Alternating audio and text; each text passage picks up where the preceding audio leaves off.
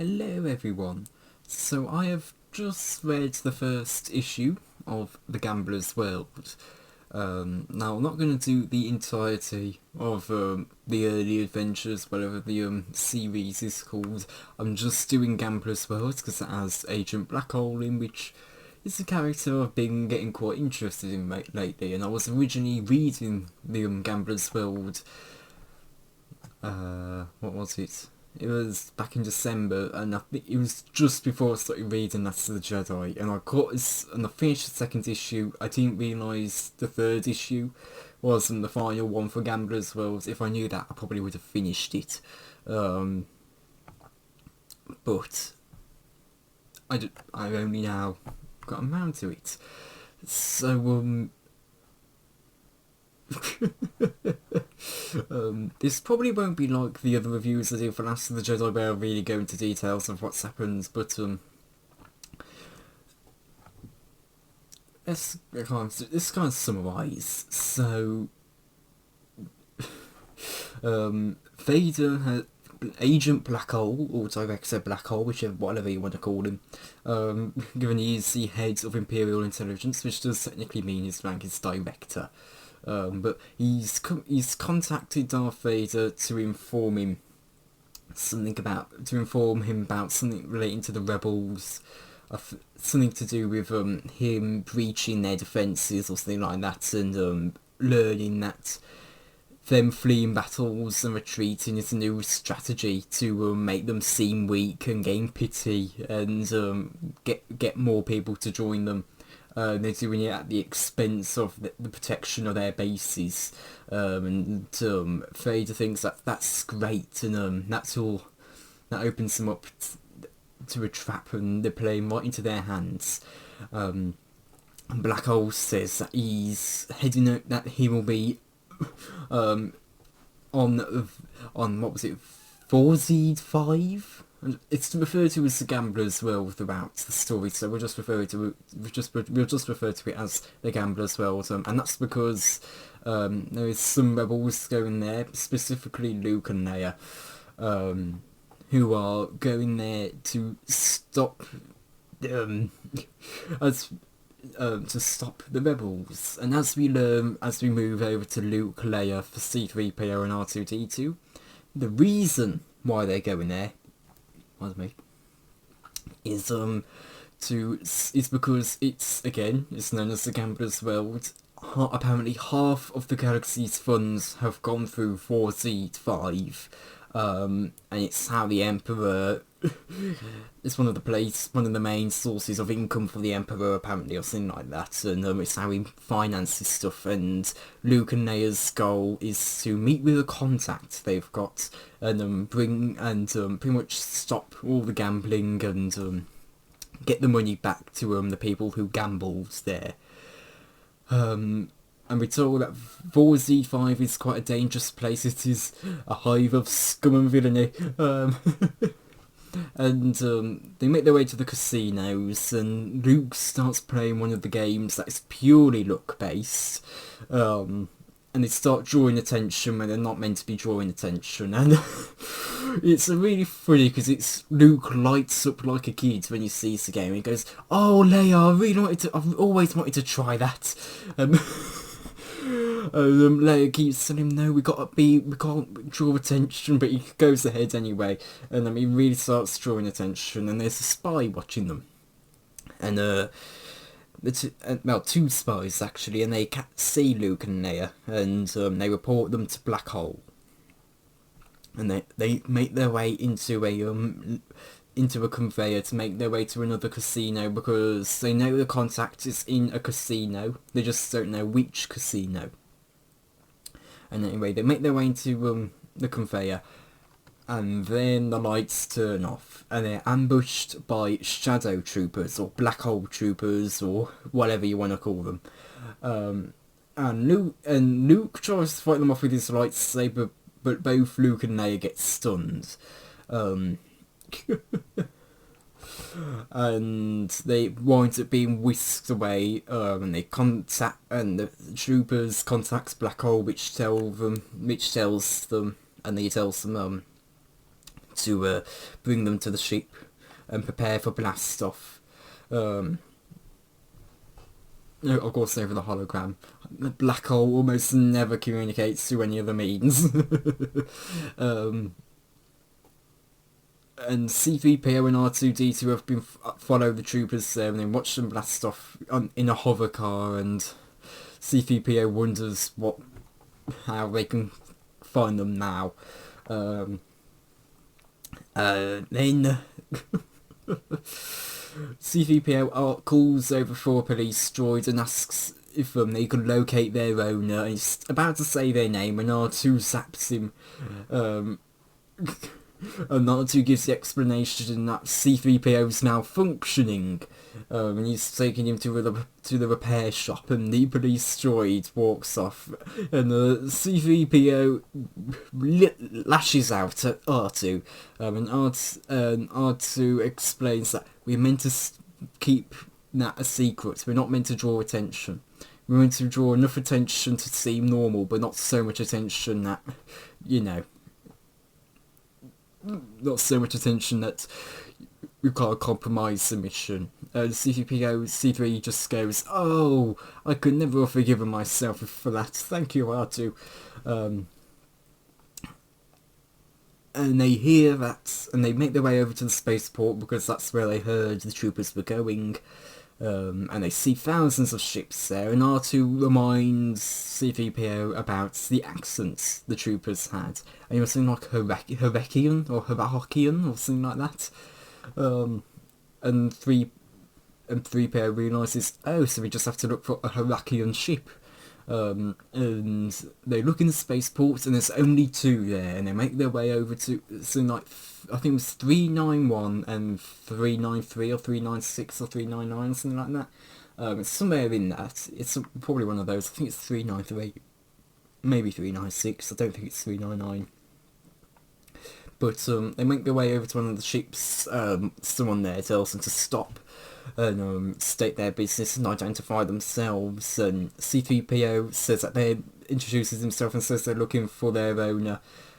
And they tell him, and the person tells them that they can't board if they're not with their owner.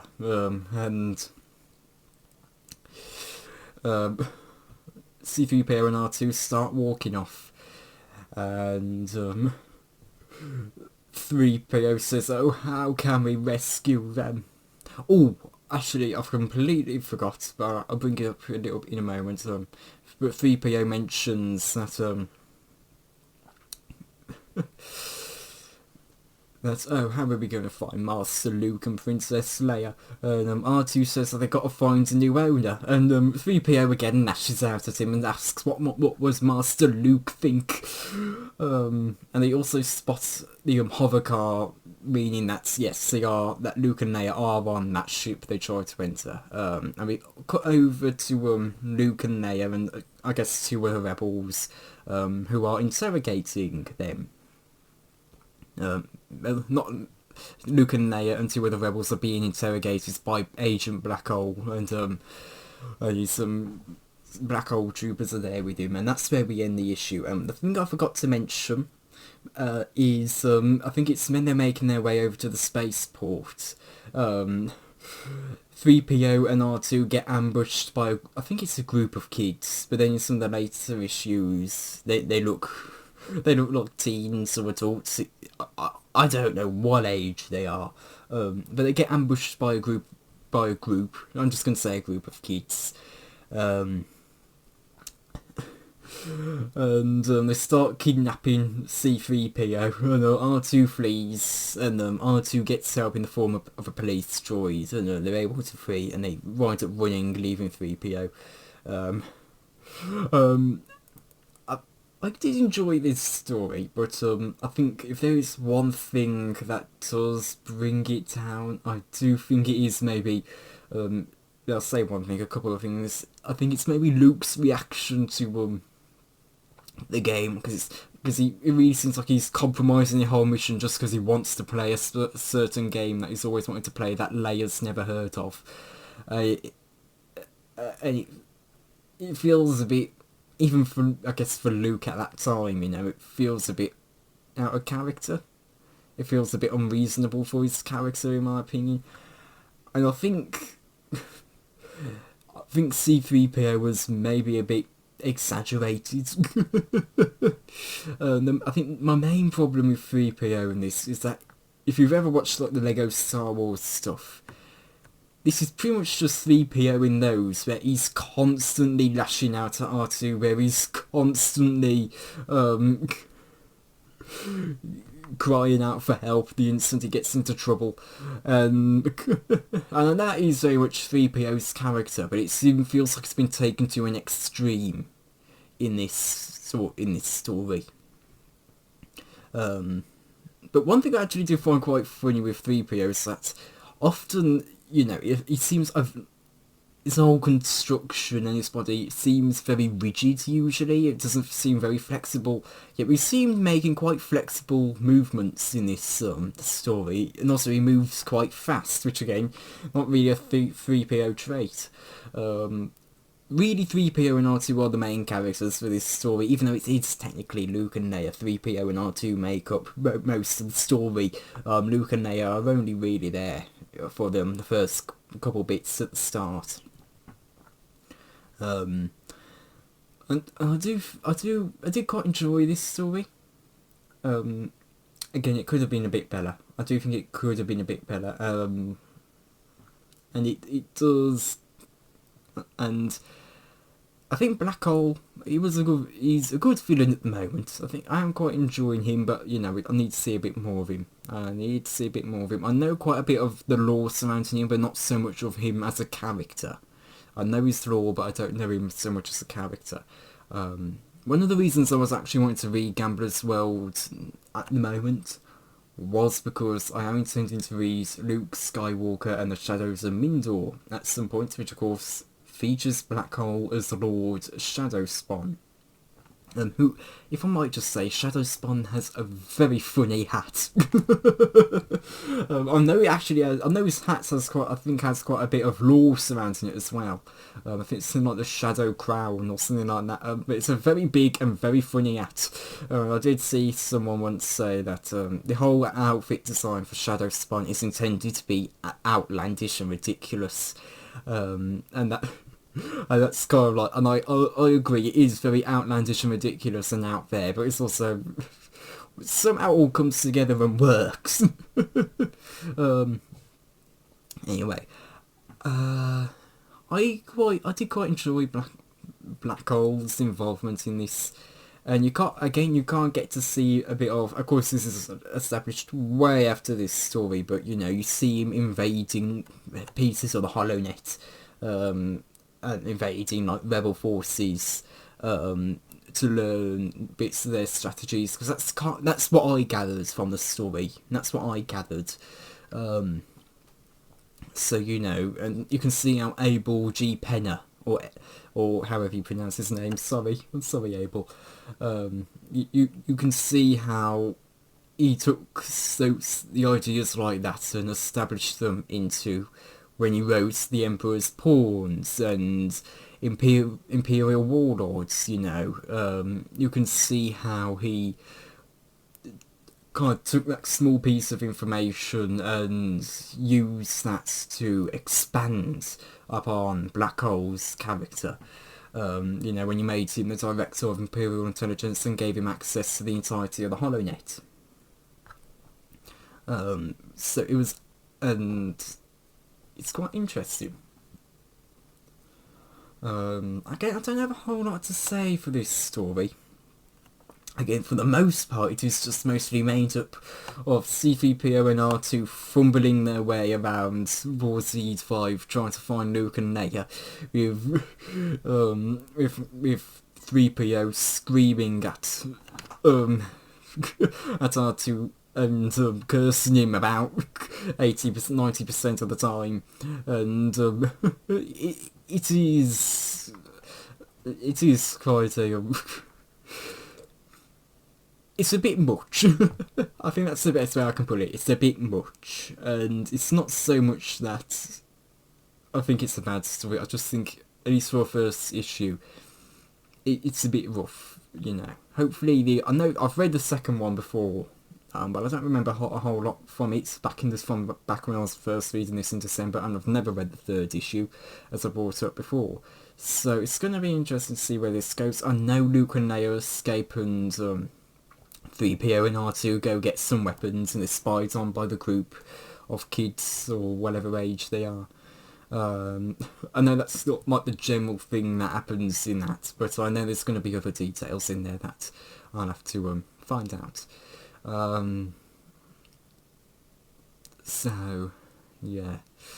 What else? What else is there? It's quite interesting to see some of the like world building, especially because this. When did this come out? Like the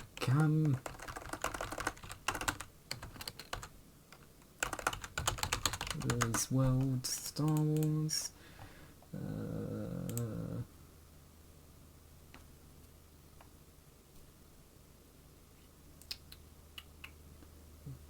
Okay, 1979. I thought it was 1979. I think that's what it says.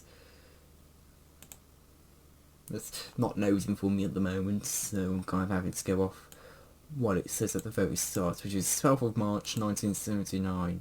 But this is one of the oldest. This is among some of the oldest Star Wars stories. So Black Hole, even if it. And it's even if it came out like 1980 or so, this is still one of the oldest Star Wars, some of the oldest Star Wars stories out there. And Black Hole is very much almost as old as Star Wars itself, in terms of character creation and when he came about in the lore. Well, you know what I mean. So, it's interesting to see all the world building that was going on at this time. And it's also quite interesting to see how these stories are developing in the time before even the fifth not the fifth movie, before even Empire came out. At this point they only had A New Hope to work with. They had brief mentions of the Emperor, who the Emperor is brought up in this story as well. Pretty much it was just Vader at the time, and so getting new villains in the form of Black Hole, someone who is completely new, completely exclusive to this story at the time, and someone who's in such an air of mystery. And I think Black Hole is quite an interesting villain, and it would be very interesting to see what people would have thought of Black Hole, before all this stuff came out, tying him to Chronal, Peric and Shadow Spawn, when he was just his own character. When all of them were different characters that were separate individuals. And it would be interesting to see how Black Hole would have managed as a standalone character, because he's very mysterious in Gambler's world. You can't necessarily touch him; your hands just goes right through him. I know Luke does that in the second issue, and he goes, "Oh, I can't touch him. My hands just goes right through." And so Black Hole was a very mysterious kind of character at the time, and it's going to be interesting to see how that mystery passes over into the next one. I know it mainly starts in the next one. That's how it mainly starts in the next one. But I am remembering bits of the next one. I do remember bits of it. And it's going to be interesting to see how that continues into the third one. How that mystery continues. If anything, I do think Black Hole does kind of come across as your kind of generic Empire villain. At the moment, I hopefully it gets a little bit more nuance. I'm not expecting massive nuance, these are fairly short comic strips. I say short, they are comic strips, but they are comics, but they're not. Black Hole doesn't appear. Black Hole only has about 3 scenes in this first one. I think he only has a couple of scenes in the next one as well, and it gets a bit more in the third, I think, but definitely not massively more. so I'm not expecting too much nuance if the nuance does come. But yeah, it's going to be interesting to see how everything unveils. And again, one of the reasons I was wanting to read Gambler's World is because I'm not sure how Shadows of Mindor connects to Gambler's World, if it does at all. But if it does connect to Gambler's World in one way or another, I want to have that. I want to have that connection. You know, Luke already knows who Black Hole is and what he's about. No, at least who Black Hole is. So if that is brought up in Mindor and stuff, I want to be aware of that, not be left in the dark about certain things. So it would be interesting because, you know, there may be lines of dialogue where it's, hang on, that doesn't make sense because I haven't read Gambler's World, you know. So that's something that's something I've been wanting to do before going to Mindor. Get through Gambler's World first. Anyway, I think that brings an end to this review. So thank you all for watching, and goodbye. Hello everyone, I have just read the second issue of The Gambler's World. So we pretty much pick up where we left off with Black Hole interrogating Luke and Leia. And he's asking for who the contact is, and I think it was something like someone high, the high official. I think he said, Black Hole said it was. And Leia and Luke are refusing to talk, and they're with two others as well. And Black Hole says that he got nothing out of them, which means Luke and Leia must know. But they don't know. And technically that's the truth, even though they know they're meant to be meeting with a contact, they don't know who the contact is.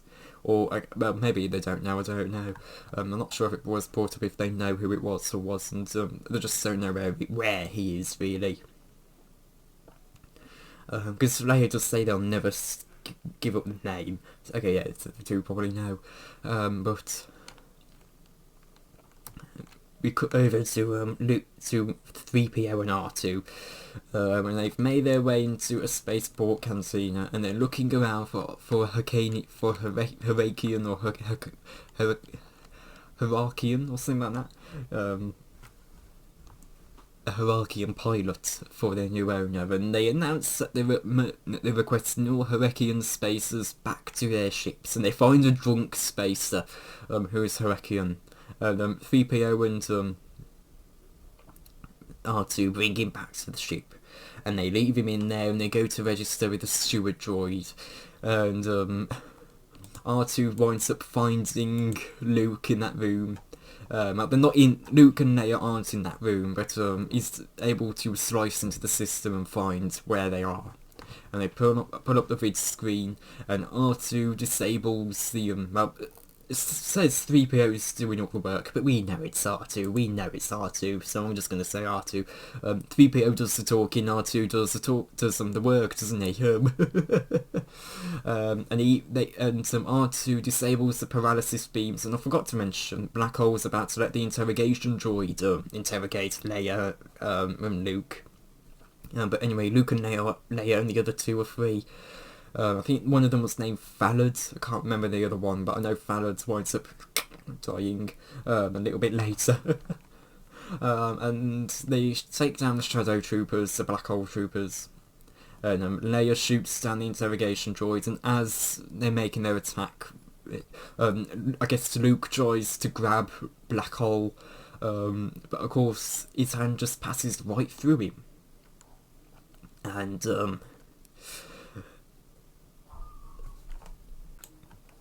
his hand just passes right through him, and Black Hole starts receding away, and he says that he'll return. And Luke, Leia and the other two, I need to find out what their names are. I just can't keep referring to them as the other two, can I? The Gambler's World, Star Wars. Now let's look at the characters that I brought up in there. There's Fallard, I got that right. Fallard and Choyd it was it? No, Choyd is one of the kids. Is it Raban? No, it's not Raban. I think it may be no, it's not Branox. That was the drunk guy. It's definitely not Demi. Paxton, I think it was. Yeah, I think it was Paxton.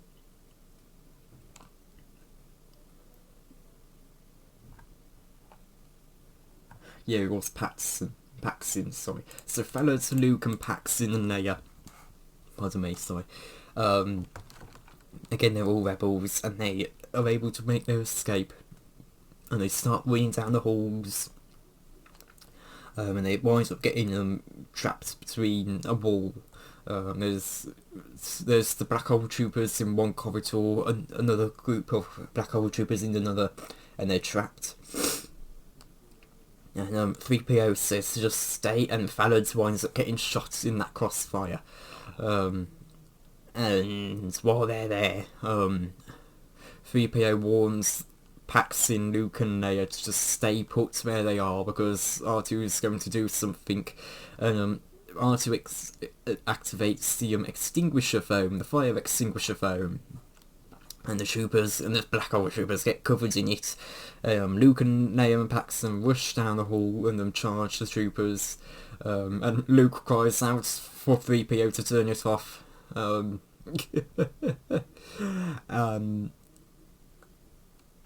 And they start, and Luke keeps asking where 3PO is and how they can escape. And eventually they find 3PO and R2, and 3PO says to come this way. R2 asks who's going to explain it to them, me or you, and 3PO goes, oh, I'll explain it. And he explains that they can make their way down the ramp, and I think it's Leia who says, but won't the guards catch us at the ramp? And 3PO says he ordered them to elsewhere on the spaceship. So they make their way over to the ramp, and they all realise that, oh, it is empty, and they start making their way down. And they notice that Black Hole's now following them with his troopers. But 3PO reassures them that Black Hole has ordered them not to fire. Because not while there's witnesses around. Because again, Vader has made it very clear to Black Hole to not help the rebellion gain sympathy in this mission. So Luke, Leia, Paxton and 3PO and R2 make their escape. And we cut over to a rebel, what was it? Stronghold with 3PO, and he's explaining the encounter to a BRT computer droid, Mistress Menos, I think it is, or maybe just Menos. Or Menos, whatever you want to call it. And the thing is, again, I read the first 2 issues of Gambler's Will before Last of the Jedi. So I knew what a BRT computer droid was because of this. So when I actually got over to a Tangled Web in Last of the Jedi, I knew what a BRT computer droid was because of Gambler's Will. So that was actually really neat when I was reading Last of the Jedi, a Tangled Web. Because I had that familiarity, and this was where I've learned about BRT computer droids' existences. And Menos is asking for 3PO to recount the events, and so she can learn as much about Black Hole as she can, I guess. And she even has 3PO plug something into his Australian bolt so she can see into his mind and memories. There's something about Menos that just doesn't quite sit right with me. I actually want to know, does she appear in anything else? Okay, so she appears in Gambler's World, the Constuccia Affair, and the Kashyyyk Depths. And she is just part of the rebellion.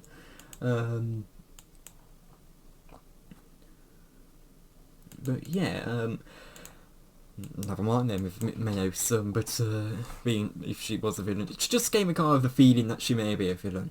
But anyway, Menos, she's able to cross-reference it with her cross-reference 3PO's memories with her espionage systems, and 3PO also does bring up that Black Hole seems to have been a projection, which of course we know he is later now, after all this lore that's been built upon with Black Hole.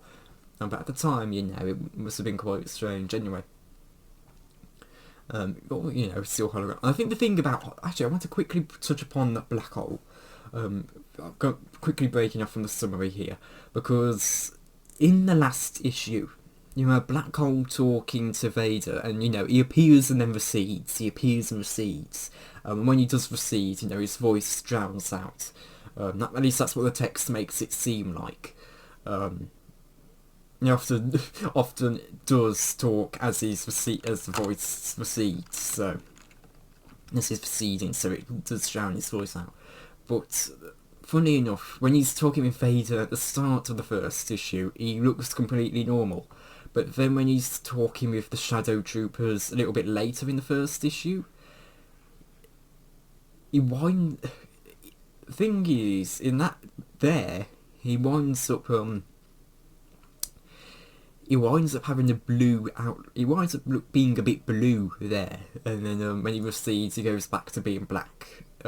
And then at the very end, it's back to being black. And when he's talking with Vader, he's black, which does imply that call over the to the Shadow Troopers was actually a hologram,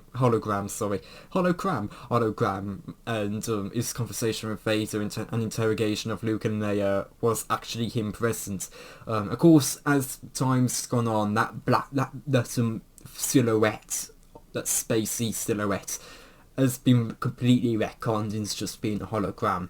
And there are different pieces of artwork out there with Black Hole that do different things.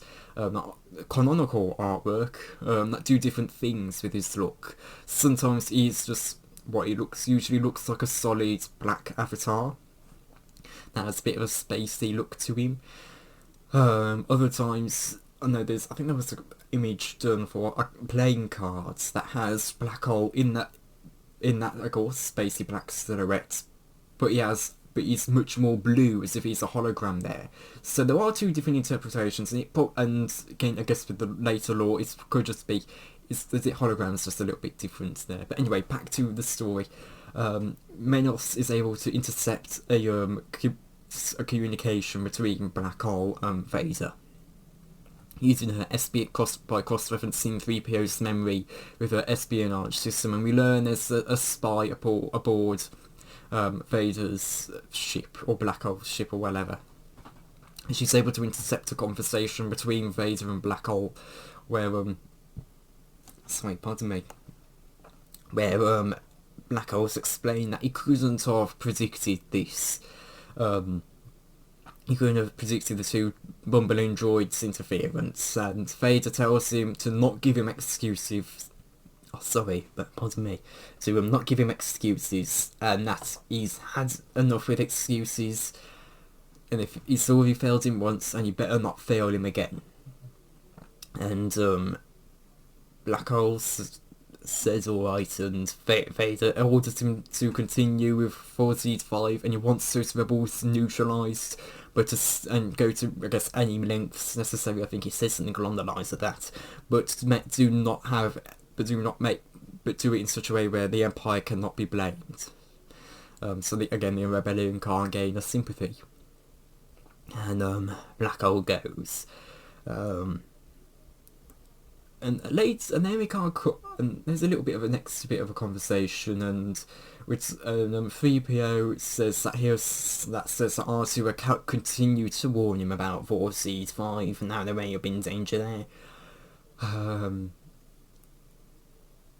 And then we can't cut away to, I don't know whether this is meant to be in the past or the present. I do not know. It's not made very clear. But 3PO and R2 make their way to a weapons shop, and the group of kids from the last issue are back again, and they're watching 3PO and R2 in there, and R2 is wanting to get weapon attachments to them, and the clerk equips them with it.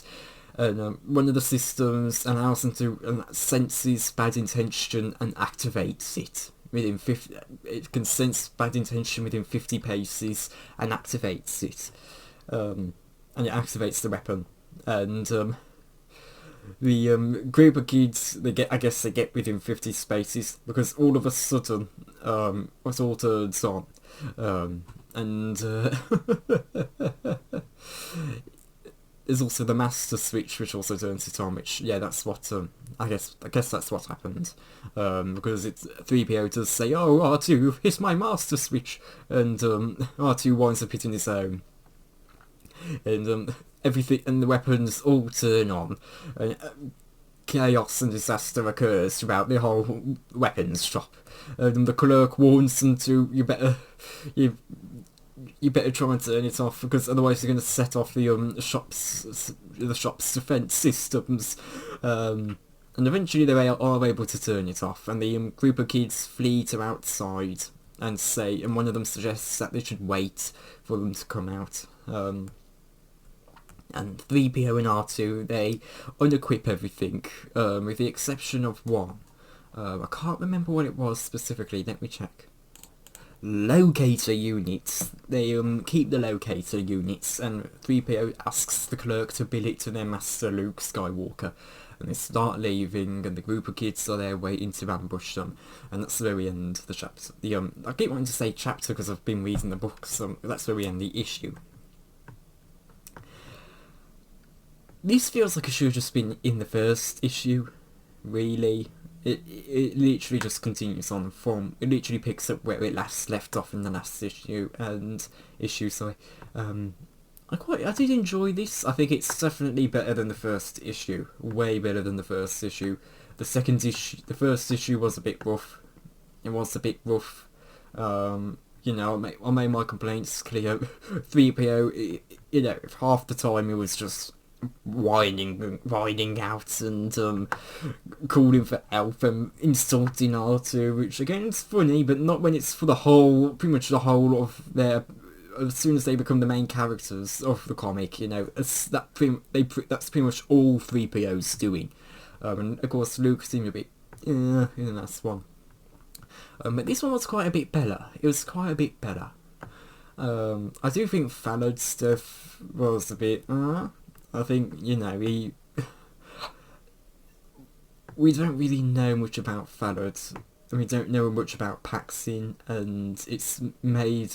It's done and they're referred to in such a way where it's meant to feel the weight of Fallard's death, even though I think this was like the first time we ever saw Fallard. I don't even think he gets brought up again at any point after Gambler's World in the lore. I'm going to check that actually. Does Fallard get brought up? Fallard... No, he does not get brought up again.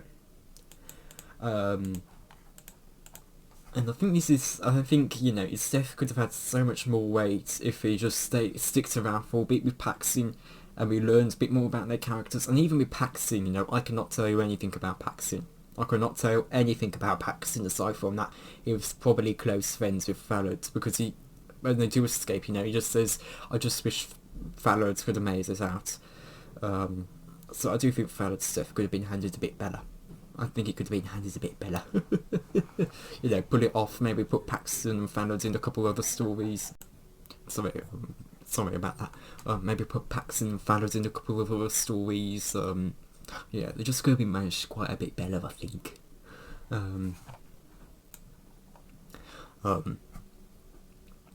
The whole sequence with 3PO and R2 at the shop, when I first read it back in December, it was quite funny. It was very funny for me, and I think the whole situation of 3PO just insulting and crying out at him R2 was hilarious in that scene when I first read it. It wasn't quite as funny this time for me. I think it's one of those things where it's at its funniest the first time you read it. Or experience it. But it was a very funny sequence, and I think it's incredibly funny because, you know, it's C-3PO and R2-D2 with weapons, with more generic weapons and styles, which is just something you do not associate with their characters. And they even say that we're not designed as combat droids or something along the lines of that. L3PO, of course, says that. R2's speech is just representative through P-ups and digits beats. But you know, it's a very funny scene when I first read it. When I first read it, it was quite funny. Sorry about that. It was with the weapons again. It was funny again when I first read it, but it, second read it wasn't as funny. It's one of those things where the shock of it is what made it so funny at first. I think knowing that it was coming and the fact that it's one of the most memorable beats of Gamble as well, it's for me, it didn't quite hit us. I think the same way. It didn't quite hit the same way for me.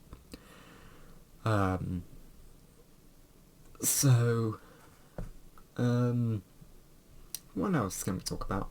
Again, we didn't get a whole lot of Black Hole in this, again, he's just a very generic villain in this, it's nothing we haven't really seen before in Star Wars. It really just, he's a very generic Star Wars villain here, he's really just, he's just not there, really. He's just more of he's a villain with a quirk. I think that's the best way you can describe him in this so far. He's a villain with a quirk. He's a very generic Star Wars villain. You're a very generic Imperial Star Wars villain, but you can't touch him, and he has black stormtroopers, that's, at least in this story, that's pretty much all there is to him. That's really all you need to know about him for this story, because, of course, this is before all the lore in Emperor's Pawns and Imperial Warlords and all the other stuff came out about him, that Abel G. Penner wrote and other writers,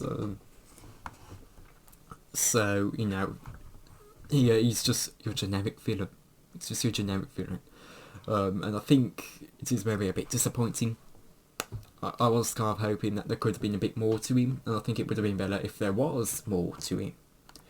But, he's not the worst villain. He's interesting because it's mainly interesting because of the mystery around him.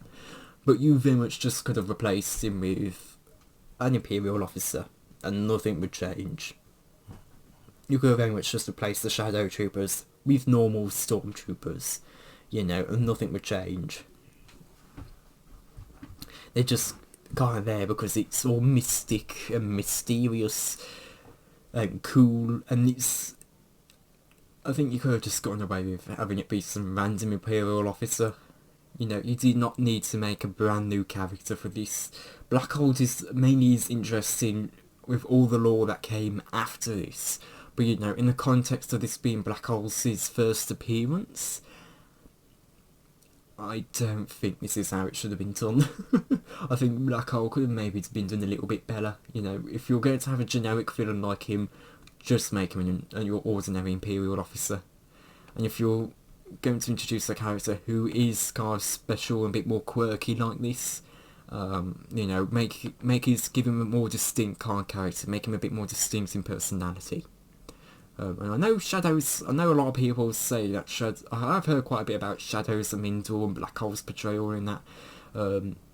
Of course, someone's saying that his goals seem very serious and dark in those, but that didn't really reflect his characterisation in that, where he seemed a bit more wacky and flamboyant and whimsical, from what I've heard of.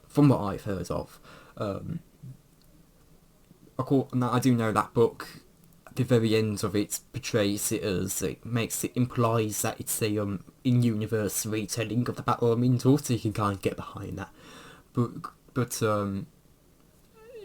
yeah, hopefully that book maybe does a bit more justice to giving him a character, especially because, I'm fairly sure that's like, aside from the Star Wars Tales thing with him being Peric, which I know someone doesn't like, I know someone really hates that.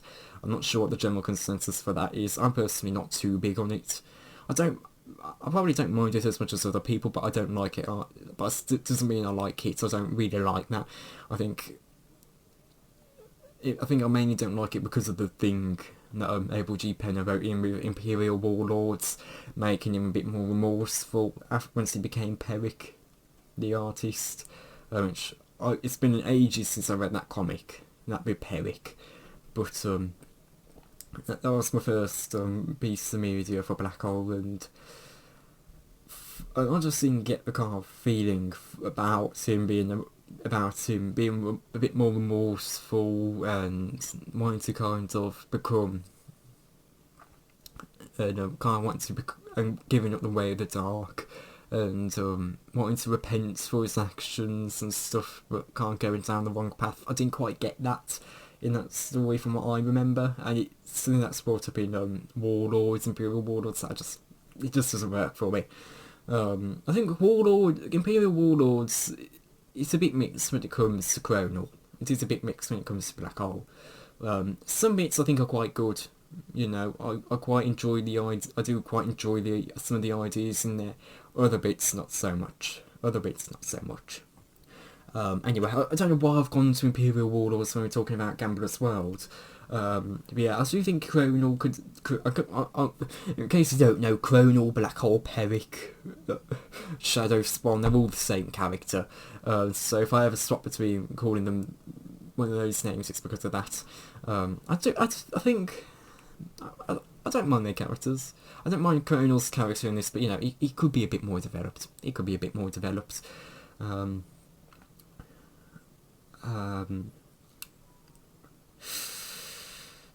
Again, Mistress Memnos, she's an interesting idea. And there was one line that I still found funny. A line that I found funny when I first read it. A line that I still find funny, and it's when 3PO says, "I've been instructed to tell you everything about the Rebel Alliance, Luke, Leia, me, and R2," and Memnos just says, "Oh please, my databank's already overflowing with trivia," and it's a short line from Memnos that I found quite funny.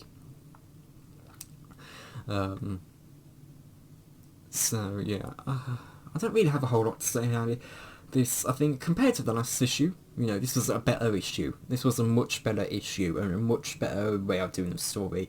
I do think this probably should have just been a part of the previous story. I'm not sure about the third one. I'm not sure about how the third one will feel, whether it feels like it should, whether it directly goes, whether if 2 goes directly into 3, then I think they should have just been one long comic. But if not, because again, 2 leads straight on from 1. You know, if you can literally go from 1 to 2, and everything would make sense. But yeah. I think it was good. I don't think it's. I think it was decent. It's definitely not the greatest Star Wars story in the world. It's definitely not that. It's very far from it. But you know, in the form of a short, fun adventure, I think this does its job. I think this issue does that. It does that thing of being a quick, short adventure. But you know, it's not really anything more than that.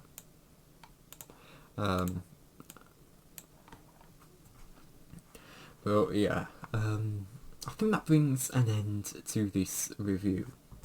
So thank you all for watching, and goodbye. Hello everyone.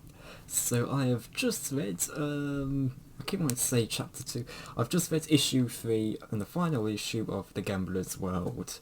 So let's just get into it. So the group of kids, they're watching 3PO and R2, and they're coming up with a plan to get them, but they see them go into the ship, go into their ship, and they think that they can't get them now. But Jax, the leader, says that they can get them in just a moment.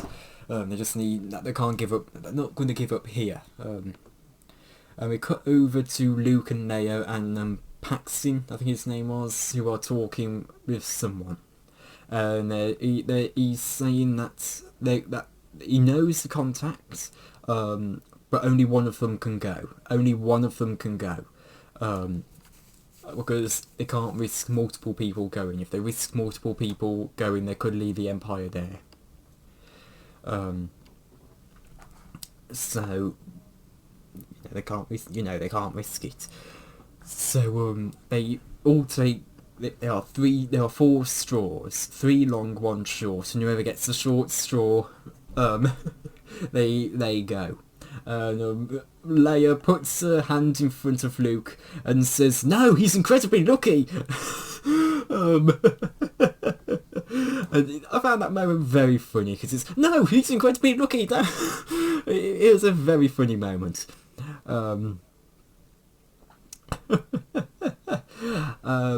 But they all take the straws. Luke gets the shorter one, and Leia says that she should go.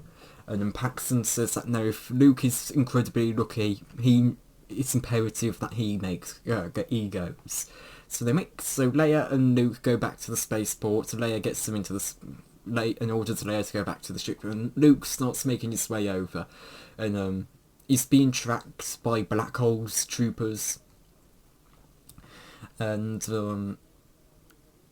they're using, what was it, like eye trackers or something like that, and they're small spy droids that move too fast to be seen by the human eye, which honestly, it's going to get to me now. I want to know if they're in any other Star Wars stories, because they sound like the perfect thing to have in other stories. I guess I see one. Droids are probably. And then there's security droids. Give me a moment. Okay, it was the droids I saw. They're referred to as spy eyes, and they, of course, they move faster than humanly possible to see, and they wind up getting all shot by someone, and Black Hole was using the spy to track Luke to find out where his first position was, and Luke makes his way to a cargo lift tube. And he's intercepted by a Black Hole trooper, and Luke pushes him into a tube and goes down another one, and he winds up making his way down the tube and winds up meeting with the president of 4Z5. She explains her plan to Luke, and she says she's honoured to meet such a hero, especially one so young. She explains her plan, and she says that Luke will take the credits. They'll transfer it through the cargo tubes back to her. And that's when they get intercepted, and the president orders for Luke to be taken away, and he's put into another tube, and he winds up making his way out, and he makes his way through on his hover car back to the ship, and he sees 3PO there. And it turns out the Three Lees, that the group of kids, they call themselves the Three Lees, have captured R2 and Leia. And 3PO explains that when he went and got weapons that they decided to remove, he kept the locator unit. Both he and R2 kept the locator unit, so he knows where R2 is. And it starts following them. And he explains that they're holding Leia ransom for 5 million credits in exchange for 3PO and R2. And Black Hole learns of them. He learns of them from I think it was Raban or Radan. Again, spy he used, finds out Luke's initial position. And he says that to find one of the Three Lees and convince them to hand Leia over to the Empire without the ransom. So Luke and 3PO start making their way. Black Hole finds one of the Three Lees. Leia is speaking with the Three Lees. And we're told a little bit earlier that one of the Three Lees is the son of Fallad. I think his name was Zoid, Choid, sorry. The son is called Choid. And it turns out he doesn't have much care for his father, unfortunately. He sees him as someone who died trying to fight for freedom. Not really.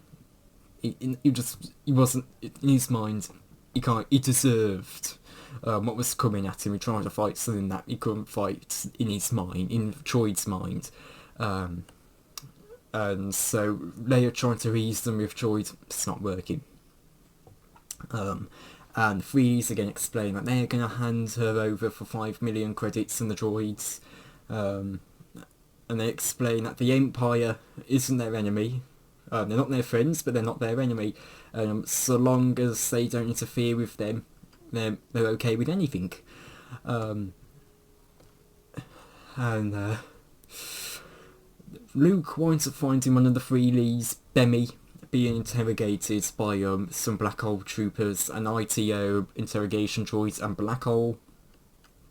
And Luke shoots one of the troopers, black hole recedes away, and Luke gets the other two troopers to drop their weapons, I think it is, or he shoots them out their hand, I don't know. But he does also blast the interrogation droid. Funnily, actually no, I think 3PO gets the weapons, but gets the other troopers' weapons. But it's like, why don't the troopers just shoot Luke? Why don't they just shoot him? It's like, like, it's 2 against 1, because 3PO is not going to be able to do anything. On the immediate site, Luke is the one who has the weapon out, not C-3PO. And they could very easily just take out Luke and 3PO. So he's a bit, And of course, Bemi, he's a little bit dazed as well.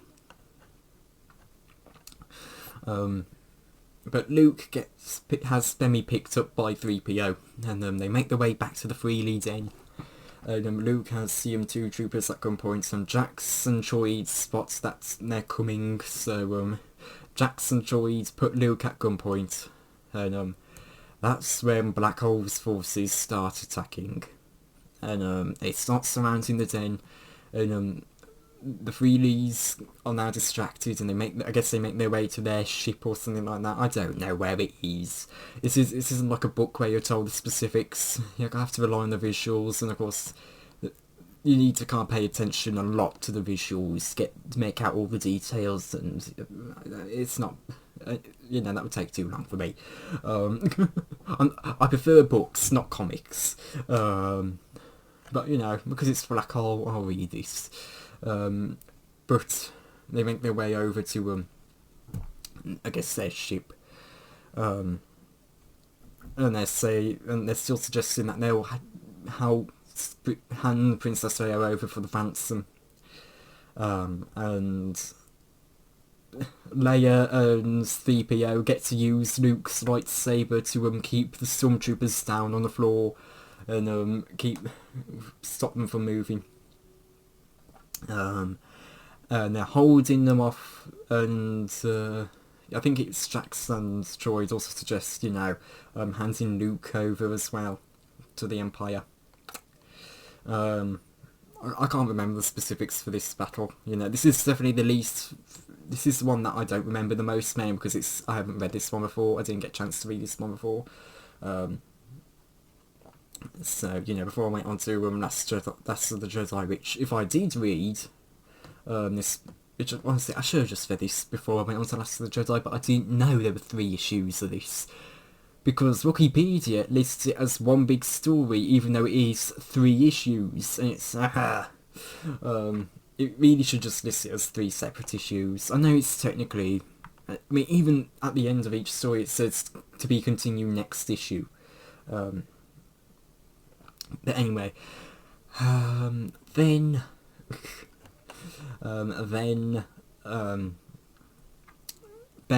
says that Luke saved his life, and he takes them to their Freely's hidey hole, which is their little escape route. And he says that even though Jax and the others don't necessarily favour him, Luke, Leia, 3PO and R2, Luke saved his life, he'll get them out. So he takes them to the hidey hole, and he covers them as they make their way in. And Bemi gets shot. He gets shot, unfortunately. But Luke, Leia, 3PO and R2 make their way into a tunnel through a trapdoor. Luke uses his lightsaber to give them some light, and they hear the battle above. They make their way out the tunnel, and Leia can still hear the noise of the battle. and they get into a hover car and they fly off. Leia says that she's incredibly proud of Luke or something like that, and that's where we end off the story. And this is the final issue.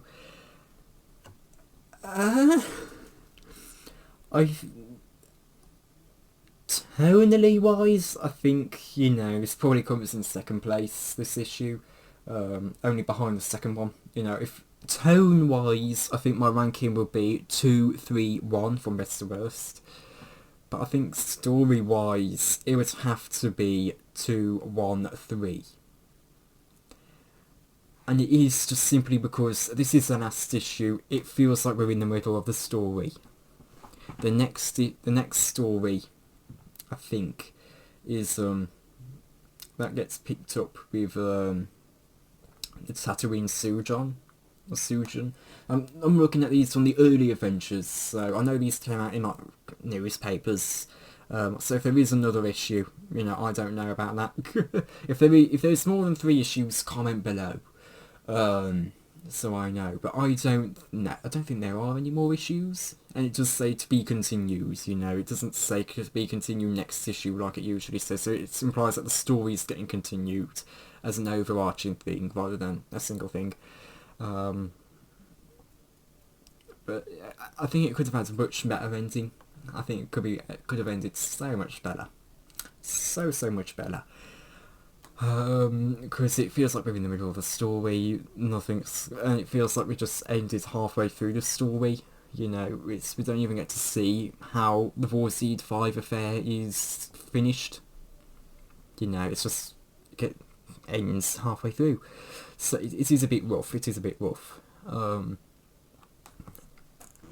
And, half the story is just made up of Luke walking, pretty much. It's just made up of him making his way over to the President. I mean, barely spend any time with the President. We don't even learn what her plan is before she gets attacked, and Luke doesn't even know if she's alive.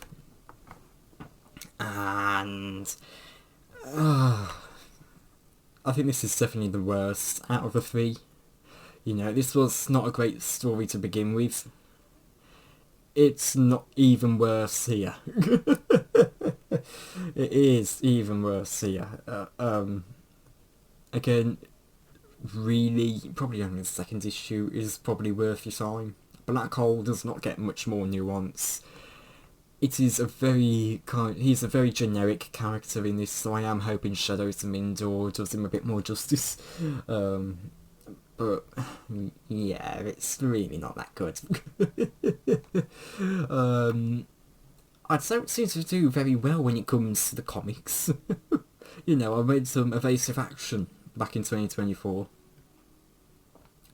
And I think the first one was quite good, actually. Reversal of Fortune. Recruitment wasn't as good, but it was good. Prey is definitely the worst of it. It's the worst of it. Endgame tried to make it was a bit better, but it keeps on fumbling and tumbling over itself and tripping. It just Evasive Action wasn't that great. Half of it was good, the other half was bad. This story was half good, half bad. Half decent, half bad. I think that's the best way to put it. There were a few moments that I did get quite a bit of a reaction from me. There was, of course, there's that line from Leia where he goes, "No, Luke's too lucky," which I found a very funny line. I think this has some. The Campbell as well did quite well with its 2 moments of humour. 3PO in the shop, Leia going, "No, he's too lucky." There was another moment where Leia gives Luke a little kiss. Again, this is before Empire came out, before Return of the Jedi came out. So at this point, it's not been figured out that Luke is the brother of Leia. At this point, they're completely not related, and I'm fairly sure it was in some of the earlier Marvel comics. Apparently Luke and Leia, their relationship was being pushed at the time. apparently. Of course, at that time, you know, they didn't. Not only did the writers not know they were related, Luke and Leia don't even figure out that they're brother and sister until Return of the Jedi, which is pretty much at the very end of the Galactic Civil War. So, you know, it's not the worst thing in the world. It's not the worst thing in the world because they don't know they're brother and sister yet. But, yeah. Of course, it's still quite a bit, but, you know, it's, you can't really put too much blame on them for not knowing the circumstances because it hasn't been written yet, and two, you know, they, in the universe they don't know their brother and sister. There was two other moments that I found. One was quite majestic, one was quite funny, and it's just simply because of the characters, because in one moment you have Leia and she's holding a lightsaber over the two black hole troopers that Luke led into the Freely's den, and you know, she's holding Luke's lightsaber over them, and it's quite a majestic kind of scene, and it feels almost surreal. It's only there for one panel, but it is a very majestic and surreal feeling. And then a little bit later, you don't see his face, but you have 3PO holding the lightsaber over the troopers. Unfortunately, 3PO's face is blocked by the speech bubble, but I found that hilarious for 3PO of all characters to be holding that over the troopers. Well, I don't know what it is about Gambler's World. They really like giving 3PO and R2 weapons. You know, if they ever want to make a fight, if they ever want to make like a Battlefront 3 and add 3PO into the game, you got Gambler's World. They've already got quite a few ideas for weapons for 3PO and R2. So yeah, I do find that quite funny. But yeah, this was really not a great. This really was probably the worst of the three issues. It didn't feel like it built upon anything. It just felt like we got a little bit in there. We got a little bit, but not much. I think we just needed more. We really just needed more for this. We just didn't get more. We don't even get a satisfying conclusion to the story because it ends halfway through. You know, it ends halfway through. We don't even get a satisfying conclusion. So yeah, it is just a bit rough and not that. It's just. It was. I think the idea of the story was interesting. I think it was an interesting idea, but it's definitely not a great story. I do like some of the world building they did. You know, I do like some of the world building they did. You know, 4Z5, we're told quite a few times, is the main source of income for the Empire. So, you know, that's a massive blow against the Empire if they were able to pull it off. So I do like the bits of world building, but for the most part, this is just such a nothing story, and I would say if you're interested in learning more about Black Hole, you're not really going to get much out of this story. It's not going to do a whole lot for you. He's a very generic Imperial villain. You're not going to get a whole lot out of Black Hole in this. Sorry. So yeah, if you're interested in Black Hole, I would not say this is essential reading. I would really not say that this is essential reading. Black Hole, if you want to learn about Black Hole's character, I think you're better off reading Emperor's Pawns, Imperial Warlords, and probably Shadows of Mindor. I haven't read that yet, so I can't speak for that, but it is definitely on my list to read. This really just does nothing for Black Hole's character, and the thing is, it is his first appearance. You can't fault the writers too much, you know, and he's a very generic villain, you know. He appeared before even Palpatine appeared in Star Wars. That's how old he is. You know, he's existed since before Empire Strikes Back. You know, Palpatine was briefly mentioned in A New Hope, but you know, he isn't brought up in any major capacity. You know, it's only in Empire he first appears, and that's when we really first learn a bit more about him. And so, you know, his appearance in this Black Hole's appearance in this is technically gives him an earlier appearance than Palpatine, really. But yeah, it really does nothing for Black Hole's character in the grand scheme of things. If you want to skip this story, whether it's because you can't find it, or just the idea of it just doesn't intrigue you, I don't blame you. It is definitely not a story that I would say is a must-read. If anything, I would say you can probably just skip this story if you want to learn about Black Hole. This is not essential reading. You can skip this story if you want to learn about Black Hole. It's pretty much just is. All you really need to know is that he's a generic Imperial villain that follows Vader's orders. That's pretty much about it to his character in this story.